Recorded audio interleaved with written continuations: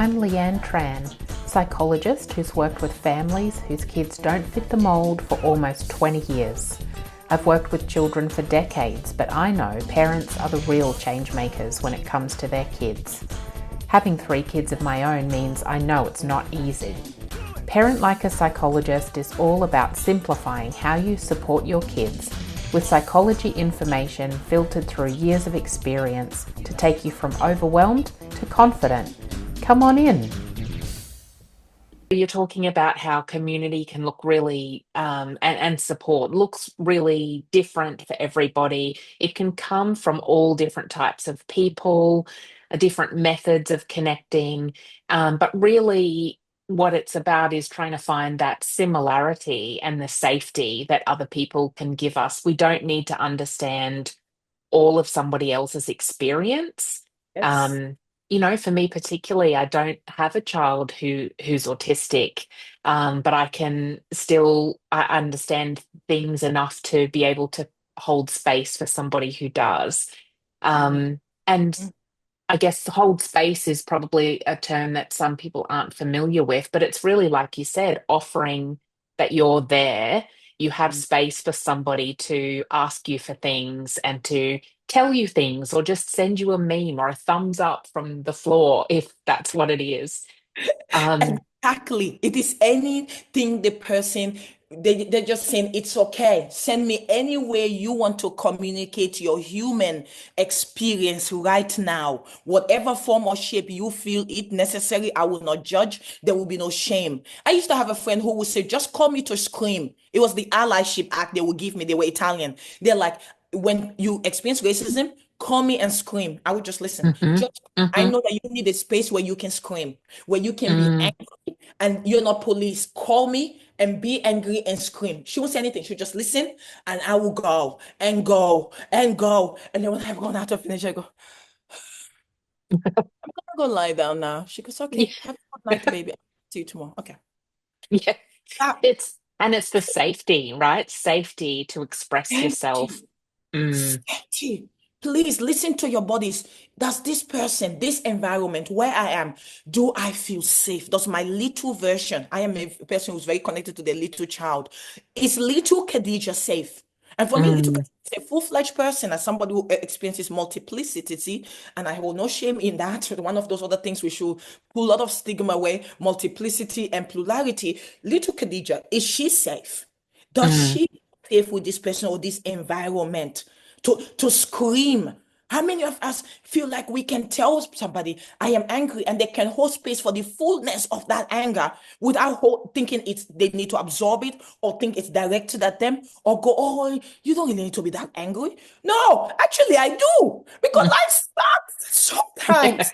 It's okay to say, fudge it, fudge life sometimes. Actually, sometimes you want to say that without anyone sugarcoating you. And I like love and light. But sometimes miss me with the love and light for 5 hours, and I can get back on love and light after it's chaos and destruction and fudge all of that. I can get back to love and light after 5 hours and candles and incense. I can get back to it. But can I have Yeah. 5 hours of getting back to it? I need people who can let me not get back to it quickly. Let me actually be in that space. So then when I get back to love, and I'm like, oh, we're still enjoying that as well. Enjoy all of it. All of it. Yes. All of it. Yeah. We got to feel our feelings and let them sit and be valid. And you were talking about the girl, the little Khadija, and I think it Yes. made me think about how important it is that we have a community of support so that we are showing our children too how to do it. Because we support our kids, and that's great, but they will grow up and they need to find their own support and accept their own support. So it's not just something that we do for ourselves, it's Oh, also something that we are paying forward to our children and the next generation. yes, and that actually brings us to the next then topic, which is part of community is then where our kids fit within community. As we develop and nurture community, it's in relation to our kids. And so often people go, well, we talk about our kids. But it's like, not actually, for some, we don't just talk about kids to each other. We then physically start to make our kids interact. Like I said the other day when I was transitioning from sports day to going to this award ceremony for 3 years, 3 hours later, it was Chelsea and her kids in Queensland who were literally sending me audios of them singing. So being their own neurodivergent joy, that's what they were sharing with me. And my son was also here doing the same. So even though we live in different states, you start to see our kids start to then make friends. They start to Mm, develop the same friendships we are saying do not are not divided by boundaries or lines, but that they can come in many forms. They start to pick that up, that they can have friends who live in another state, who they get to talk to, who they get to play games with. And then I have friends here who said recently to me after the awards, like, okay, we need to catch up. We need this catch up time with Sammy and the kids, then we can do our own thing. It's that constant, well, okay, what do we need to do next? You need to now be grounded. What can we do where we can all get together? The kids will play. It gives you a bit of a time out and we get to catch up. We also, those friendships, we're not just, we're role modeling, but we're creating. We are creating it for them. Because these yes. relationships, they're aunties, they're adopted uncles, Yeah. grandma, Yes. adopted cousins. We are creating chosen family and villages, and most of us did not have that as kids. This is why we're talking about neurokin families, because that's what they are. Neurokin families of all races, all ethnicities, all religion, all faiths, all sexuality. Our neurodivergency is so diverse. It's diversity in action in all its best way. Mm, See that in our community groups, in our chats, in our neurokin, cliques. We're seeing that diversity because our kids are part of that. So they are then also seeing those relationships can come in many forms, many shapes. I know it's being part of a community is why my child knows that there are many families, mom and mom, dad and dad, grandma is the parent, uncle is the caregiver. They're seeing families also be role model differently and they're learning mhm, what and looks like. So we have conversations all the time about, oh, they have so many uncles and aunties who don't look like them. I'm like, yes, mm, because white blood is thicker than water. We were all raised with that. I said that it's the people who are there for you, like Chelsea always says, the storms and the rainbow who are actually your family. If people are not there for those things, then they're not actually our family. And he goes, okay, that makes sense. I'm like, yes, the people who choose us mm, we choose, who make us safe, who we can be all of ourselves with.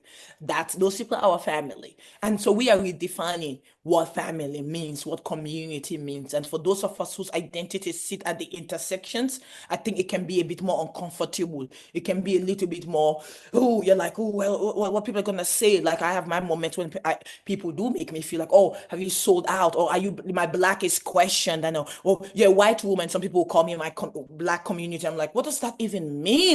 I'm a white woman. Like, in what way? Like, what happened to the original story? But these are just ways people sometimes can try to minimize you when you go create family and community on your own and it doesn't look the way they want, where they will have control over you, or the hierarchy will kick in, or mm, the natural violence will kick in. I don't hold back. Like I said, I speak the truth about the natural violence. Like, let's name these things and the trauma, relational trauma is sitting at as well. There's nothing wrong with us seeking then safety elsewhere and seeking comfort where it's given, and having community where that holds space for all of who we are. Because all of us, whether queer, gay, straight, neurodivergent, single parent, not single parent, every one of us deserves that. We deserve community. We deserve people mm, allow all of us and our kids, they need that. So I love that my son gets to see and observe uncles, aunties, and non-binary family members who all show up, and they showed my child how many different ways one can be. And then they get to mm, connect with all these different versions of these people, which enriches their life, which mm. affirms them, which then makes them realize they don't have to be one thing. They can be many things at once, and there will be people cheering them on. That is Yes. generational healing for most of us in action. Mm, mhm. It's really the difference between isolation and then connection. And we all need connection to function well and just live and be happy, but also to grow. So it's, yeah, super important for our kids to have that connection wherever it comes from, a safe Yep. connection. Safe connections, and we are Yeah. fostering connections for them so that yeah, they can have wider perimeters than we even did to be able to Mm. explore the world around them and really have those sparks. I just love when my child makes friends. Oh, it's just the most beautiful thing, the way they light up in having somebody else affirm them. It's the same way I skip and come home like little Khadija going, I made a friend. I made a friend. So I get 36. I know, but I made a friend, and I'm just gonna be looking at it, and it's all cute and all. You know what? Do you think I've sent them too many memes? Can there be too many? Yeah. Yeah, I love that. It's so great. And we can still do it. We can still keep making connections and friendships. The world is such a great place with lots of new people we haven't met yet. So I love no. that quote, Leanne. I love that quote. The world is full of people we haven't met who are waiting to love us, support us, and be there for us. I love that quote. Mm, yeah, it's because it's hard to be, many neurodivergent families do feel isolated for a range of different reasons. So I love that the guide, as you said before, is look for connection with people and go from there. It is. And don't put any boundaries or limitation. When I mean boundaries, as in limitations to what that support will look like or who it should be with or how you should connect with people. Just be open. The people will be available over phone.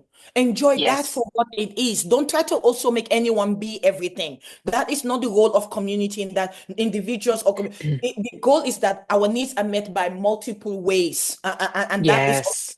so let people want to be on the phone. Enjoy that with them. The people who like to text, enjoy the text with them. Don't try to Hmm. make the texters become phone people. Don't make the phone people become texters. I have learned the best way to be in communities, let everyone be and love you the way they are capable of, and you love people the way you are capable of. And let that be because so often there is magic in the person who writes you love letters.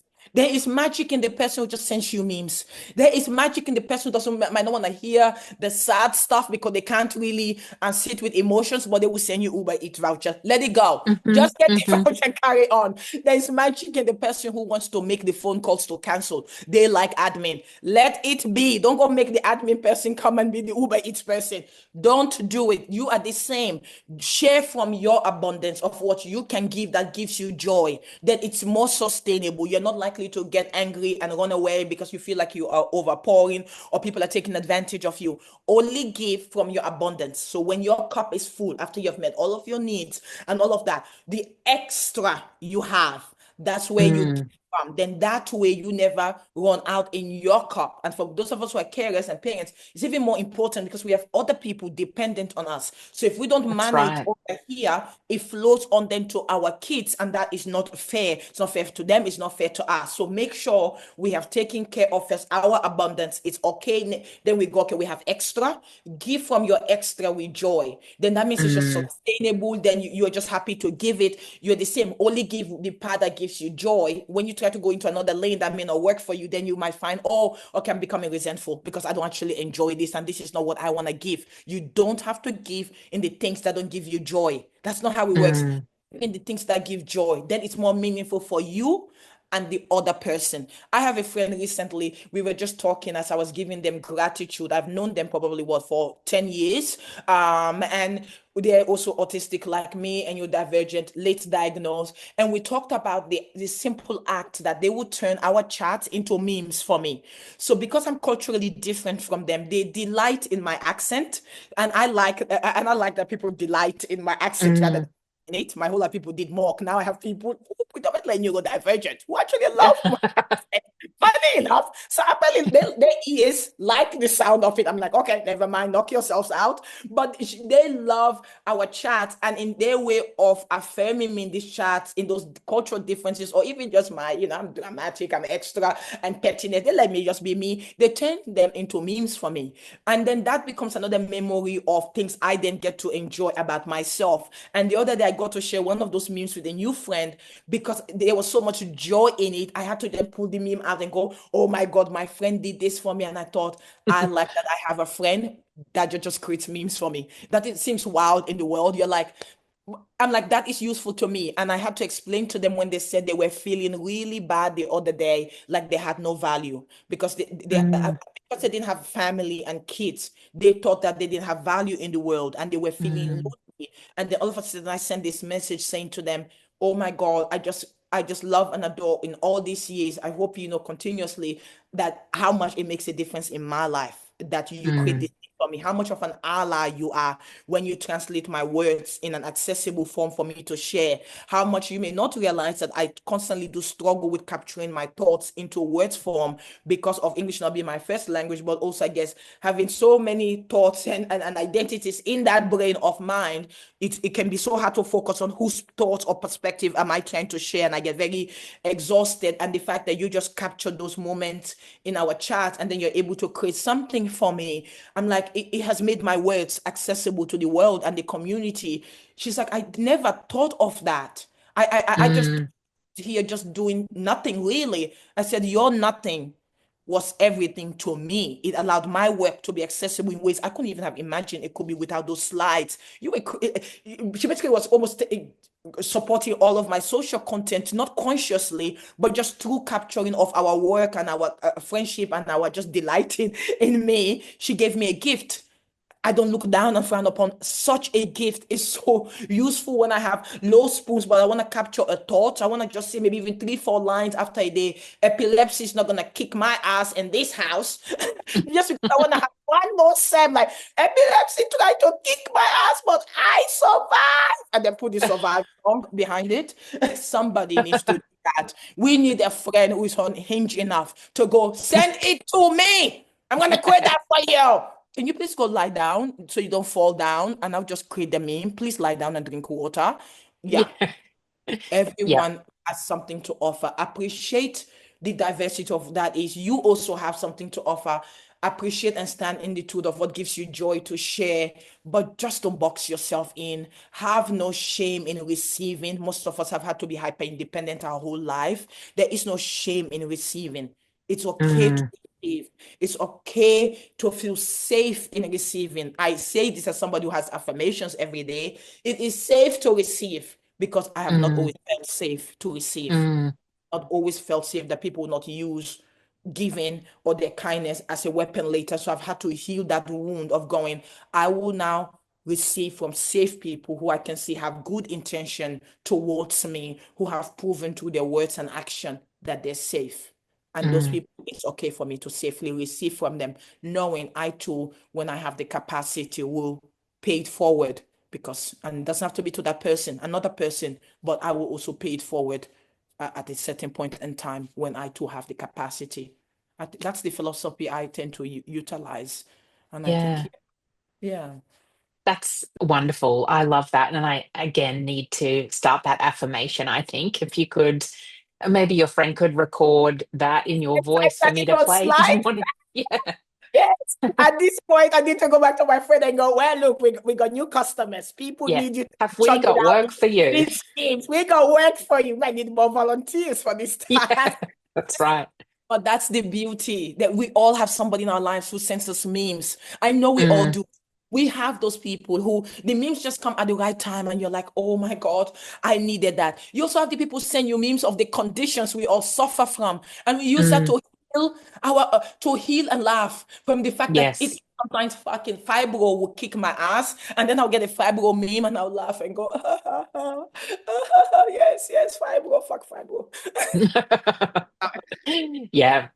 And so we've talked a lot about accepting help and Yes. that it's okay to provide help as well in the way that brings you joy and fits with you.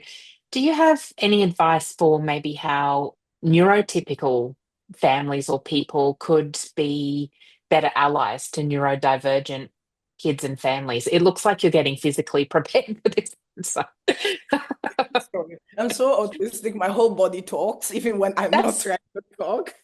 you don't need to apologize for that. It's great. I'm glad I read it correctly. But it's like, oh, here we go. Let me put my hand down. Yeah. No, no, our neurotypical allies and family members and loved one. It's all love. It's all love. We know how, so it can be so hard having interactions and connections where, this anxiety of I don't want to do it wrong. I don't want to get it wrong. I don't want to overstep. I said the words overstep before. I get it. It's Mm-hmm. human for all of us on all sides. Differences have a way of truly making us so isolated. All of us, not just us Mm. neurodivergent, also isolating, neurotypical, in that some people will be so scared to offend, to overstep, that they take a step back, not knowing they're very much needed or wanted and are worthy of showing up. But that, everyone is just stressed and anxious on how we all do it. And I see that the intersect. So I know that so well, how people of all different sides of my identities tend to go, oh, I wanted to do that, but I didn't think it was okay for me, the Black person, to go in that space. I didn't think it was okay for me, the queer person, to go. I'm like, stop. All of you stop. Have you not learned anything from me? I'm the UN. I go everywhere. Go everywhere. It's how you go. It's how you show up. Yeah. You are welcome. There is not a place you are not welcome. It's how you show up to places. It's how the honor, the integrity. When you come to our spaces or you want to engage with our community, which is your community as well, because we are all one giant, really, community, please just know that at the end of the day, we're human like you. It's funny how people forget the fundamentals. We all want the same thing. We want to feel safe. We want to feel happy. We want to be celebrated. We want our challenges acknowledged, not minimized, not told we are whinging or we're making excuses, actually acknowledged and validated. We also then want you to utilize your privilege to create accessibility. The way you raise your kids, how you talk to them about autistic people, neurodivergent people. For those people who are in the neurodivergent family but are not autistic, please, it's also the way you make certain characteristics that are autistic, like they're negative, or how you know you're referring to autistic characteristics, but you will not talk about them as autistic. You just make them neurodivergent. We also don't want neurotypical people doing the same. Autism is not a shameful thing. We are not we're not ashamed of who we are. We are a very valid member of the neurodivergent community. We're not the hidden secret. We are there, and like everyone else in that family, we want to be treated equally. But more than that, we don't want people assuming things about us. That would be nice if we just Mm-hmm. ask us questions, be curious about us, because I think curiosity, even when you're doing intercultural exchanges, is curiosity. Ask. I don't expect Yes. Leanne to know everything about my culture. In fact, that is what will make our interaction interesting, that you're curious about the unknown. And then I am also in mind, I love sharing my culture. It becomes about appreciation, sharing it with somebody else. So yes, that curiosity is where we meet for that dialogue to meet. Is where we find commonalities or differences that we go, wow, I didn't know that felt that way for you. Thank you for sharing Mm-hmm. that, so that I am now aware. Ask us questions. We are the experts of our lives. Just because you have one autistic neurodivergent person in your life does not make you the expert, or does not mean you know about Khadija or Leanne or Leanne's kid or anyone. You just don't know. You just know that one person. So be curious about the rest of us. Be curious about how Khadija's autism or experience of the world is versus somebody else's, because it's very different. Mm. And more than that, I think this fear of overstepping and offending, I'm going to say this, if you spend more time worrying about offending people and overstepping, then you will never connect to anyone. It won't even matter if it was your own family, because the Mm. reality connect with people is to actually maybe overstep and be told you have overstepped, and then that's where you find the line. It is okay to make mistakes. It is okay for somebody to then say to you, hey, can you take a step back? That's okay. Mm. We all have to learn Mm-hmm. that. Even our kids, my child will tell me if I'm over pushing. It's like, no, that's too much now, mommy. That's enough, actually. It's like, oh, okay, okay, thanks. That's it. Yeah. Okay. No offense taken. Okay, thank you for letting me know. Because good intentions are all well and good, but impact is what then matters. And we say this marginalized or vulnerable communities. It's not your intent that matters, it's actually your impact. So if you're always willing to come to community from a sense of connection and curiosity, and that the people you're engaging with are experts of their lives, have complete autonomy, and you respect that autonomy, and you don't come from a place of I'm coming to save them, because nobody needs saving here Mm. anywhere, then I don't think you can go wrong. If you are, but then be mindful. Impact is what matters over your intent as you navigate community. Just be willing to know you're human. You will say the wrong thing. You might overstep. It's how you recover. It's how you Mm, respond to those things. And people need to be aware that as much as neurotypical people are constantly worried about offending us and, political correct go wrong, we are constantly, it's actually us, the marginalized, who have to constantly work hard to fit in a world that wasn't created for us. It's actually us who have to work twice as hard not to offend people, not to be the rude autistic person, not to our filter, not meaning that we say something that's somebody might find offensive. I know sometimes it's like not saying things that someone might consider over sexualized when I'm a sexual health educator and that's my background. But knowing some circumstances, people might want to think my autism is why I'm saying that. I'm like, no, because I'm actually an expert on the topic. And your mm, bias, I'm disabled, you then think mm, that I should not have authority on this topic. But no, disabled people can likewise be authorities on sexual health because we and educate people on sexual health just as much as we have vulnerable disabled people who need that education, which is why people like me exist. So we can do that conversation from a lived experience as well as somebody who exists in a disabled body and knows what autonomy feels like for me, what it feels like to be in a wheelchair and have people push me and not ask for consent or touch me or people, talk down on me because they're standing. We understand all of this. So we know, I go through the world and constantly know how much people may want to take offense for my existence. So I would love for neurotypicals to understand that we are anxious because of the constant trauma we have to experience in people misunderstanding us. So please come with a heart space of knowing it's already hard enough. If you want to support, do you want to be an ally? You have to check your ego. You have to do the inner work. You have to check what your motivations are, why you want to engage, and you have to be willing to be wrong, to get it wrong and be corrected or be checked and called in. Call out is mhm, different. You can be called in. And when you're called in, how that is love. That is love in being corrected. It's love to be corrected so you mm, can do better, so you can keep showing up. It's love. Sorry. If our kids also don't tell us, oh no, I didn't like that thing you did, or I didn't like the way you cut my sandwich. Can you make it differently? We won't learn. We won't know how to then meet their need. It's okay. Also, if an adult does the same. It's like we give grace when kids give us feedback. Sometimes we don't want adult disabled people to give us feedback or autistic, it's okay if we tell you, Karen, that we do not like Lego.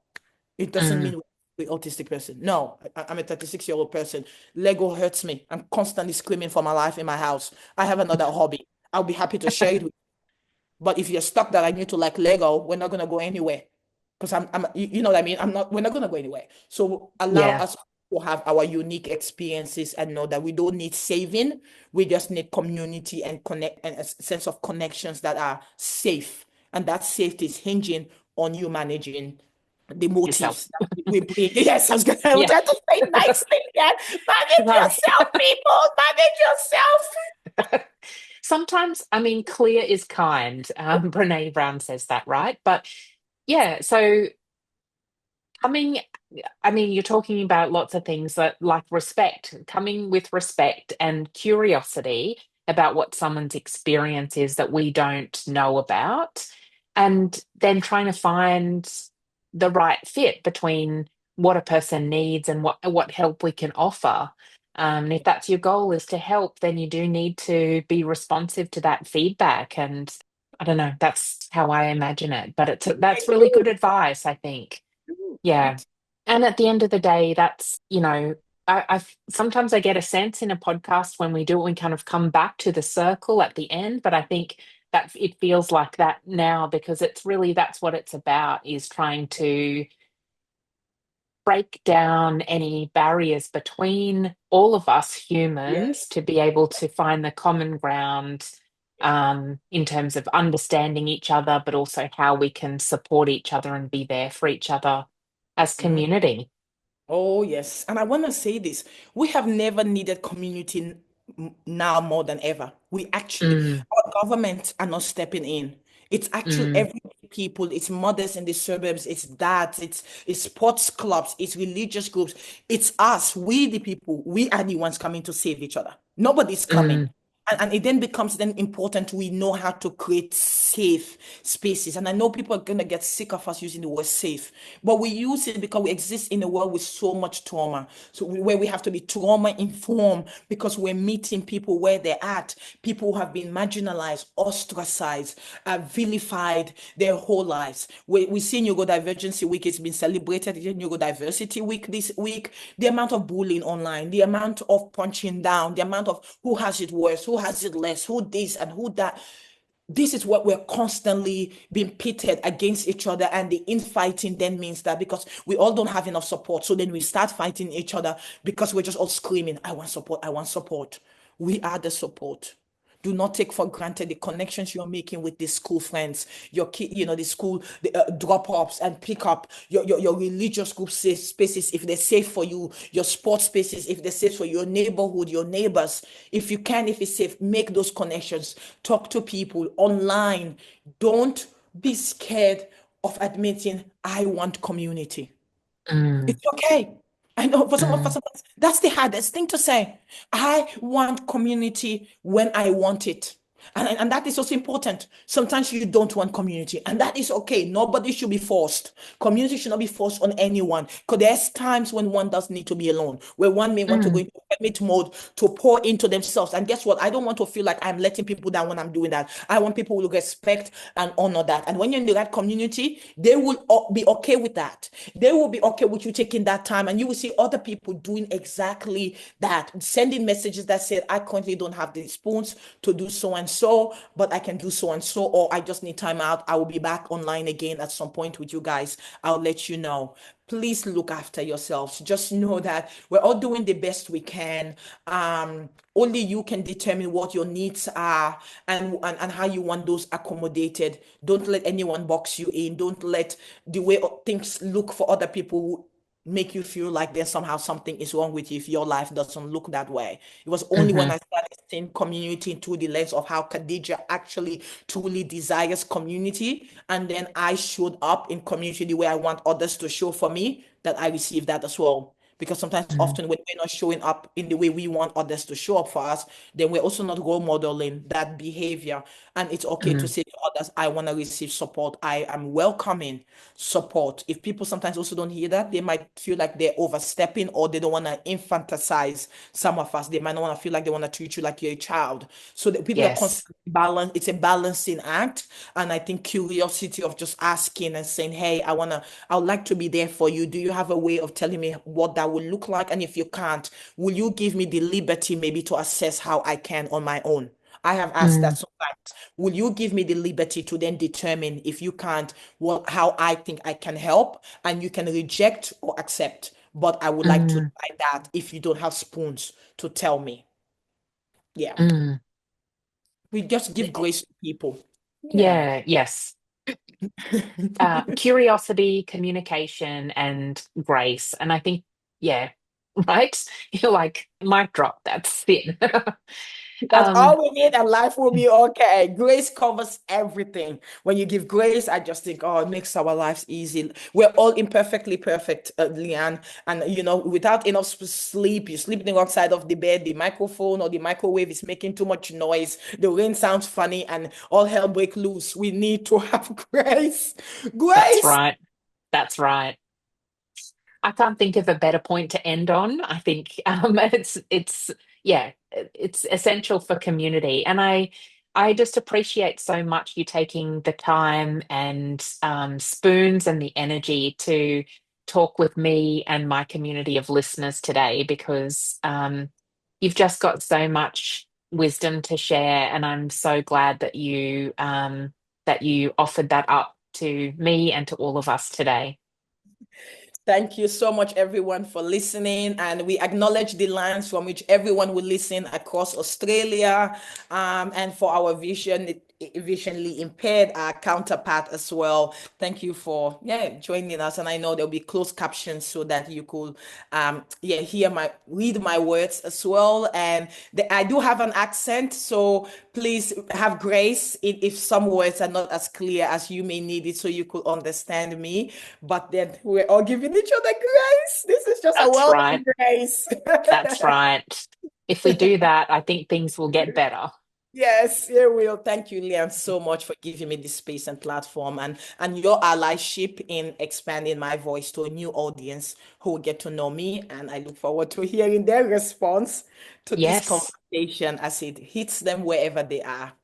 Yeah. yes, absolutely. Thanks for listening to this episode of Parent Like a Psychologist. If you found it helpful, please share on Instagram so other parents can benefit too, and tag me at Leanne Tran Psychology so that I can say a big thank you. Head over to leannetran.com.au to join the village for bite-sized psychology tips straight to your inbox. I really hope this podcast has brought a new perspective and you a step closer towards a calm parent and a thriving child. Have a delightful day.